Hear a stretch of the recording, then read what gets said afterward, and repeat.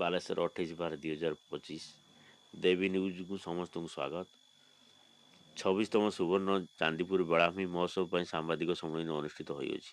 ଚାନ୍ଦିପୁର ସ୍ଥିତ ବଙ୍ଗୋପସାଗର ବେଳାଭୂମି 26ତମ ସୁବର୍ଣ୍ଣ ଚାନ୍ଦିପୁର ବେଳାଭୂମି ମହୋତ୍ସବ ଆସନ୍ତା ଜାନୁଆରୀ 8ରୁ 11 ତାରିଖ ମଧ୍ୟରେ ଅନୁଷ୍ଠିତ ହେବ। ଏହି ମହୋତ୍ସବ 4 ଦିନ ଧରି ଚାଲିବ। ପ୍ରତ୍ୟେକ ସନ୍ଧ୍ୟାରେ କେନ୍ଦ୍ର ରାଜ୍ୟ ସରକାରଙ୍କ ବିଭିନ୍ନ ବିଭାଗର ମନ୍ତ୍ରୀ ଓ ବିଧାୟକ, ସାଂସଦ, ସମସ୍ତ ପ୍ରଶାସନିକ ଅଧିକାରୀ ଓ ବୁଦ୍ଧିଜୀବୀ ବହୁ ବିଶିଷ୍ଟ ବ୍ୟକ୍ତିମାନେ ଉପସ୍ଥିତ ରହିବେ। ପ୍ରତ୍ୟେକ ସନ୍ଧ୍ୟାରେ ସାଂସ୍କୃତିକ କାର୍ଯ୍ୟକ୍ରମ ଅନୁଷ୍ଠିତ ହେବ। ଏଥିରେ କଲିକତା ଓ ନେପାଳର ଖ୍ୟାତନାମା କଳାକାରଙ୍କ ଦ୍ୱାରା ଅର୍କେଷ୍ଟ୍ରା ପରିବେଷଣ କରାଯିବ। ପୁରୀରୁ ଗୋଟିପୁଅ ନାଚ ପରିବେଷଣ କରାଯିବ। ଓଡ଼ିଶା ସରକାରଙ୍କ କଳା, ସାହିତ୍ୟ, ସାଂସ୍କୃତିକ ପର୍ଯ୍ୟଟନ ବିଭାଗ ଅନୁକୂଳରେ ବିବିଧ ଆକର୍ଷଣ କାର୍ଯ୍ୟକ୍ରମ ଅନୁଷ୍ଠିତ ହେବ। ଏହି ଚାନ୍ଦିପୁରରେ ଥିବା ଗୋଳାବାରୁଦ ପ୍ରତିରକ୍ଷା ଗବେଷଣା କେନ୍ଦ୍ର ଦ୍ୱାରା ଗୋଳାବାରୁଦ ପ୍ରଦର୍ଶନ କରାଯିବ।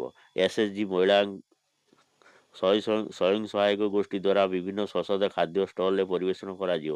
ଏହି ଚାନ୍ଦିପୁର ବେଳାଭୂମି ମହୋତ୍ସବର ସଭାପତି ଶ୍ରୀଯୁକ୍ତ ଜୀବନ ପ୍ରଦୀପ ଦାସ, ଉପସଭାପତି ଶ୍ରୀଯୁକ୍ତ ବିପ୍ଳବ ମହାନ୍ତି, ସାଧାରଣ ସମ୍ପାଦକ ହରେକୃଷ୍ଣ ଦାସ, ଭାଗବତ ସାହୁ, ନିର୍ମାଲ୍ୟ ମହାନ୍ତି, ସମରେନ୍ଦ୍ର ଦାସ, ସୁକୁମାର ରଣା, ଲକ୍ଷ୍ମୀନାରାୟଣ ମହାନ୍ତି ଆଦି ସମସ୍ତ ସଦସ୍ୟା ଉପସ୍ଥିତ ରହିଥିଲେ। ଚାନ୍ଦିପୁର ବେଳାଭୂମି ମହୋତ୍ସବର ସଭାପତି ଶ୍ରୀଯୁକ୍ତ ଜୀବନ ପ୍ରଦୀପ ଦାସ ଏହି ଉତ୍ସବକୁ ସଫଳ କରିବା ପାଇଁ ସମସ୍ତ ଜନସାଧାରଣଙ୍କୁ ସହଯୋଗ କରିବା ପାଇଁ ନିବେଦନ କରିଅଛନ୍ତି।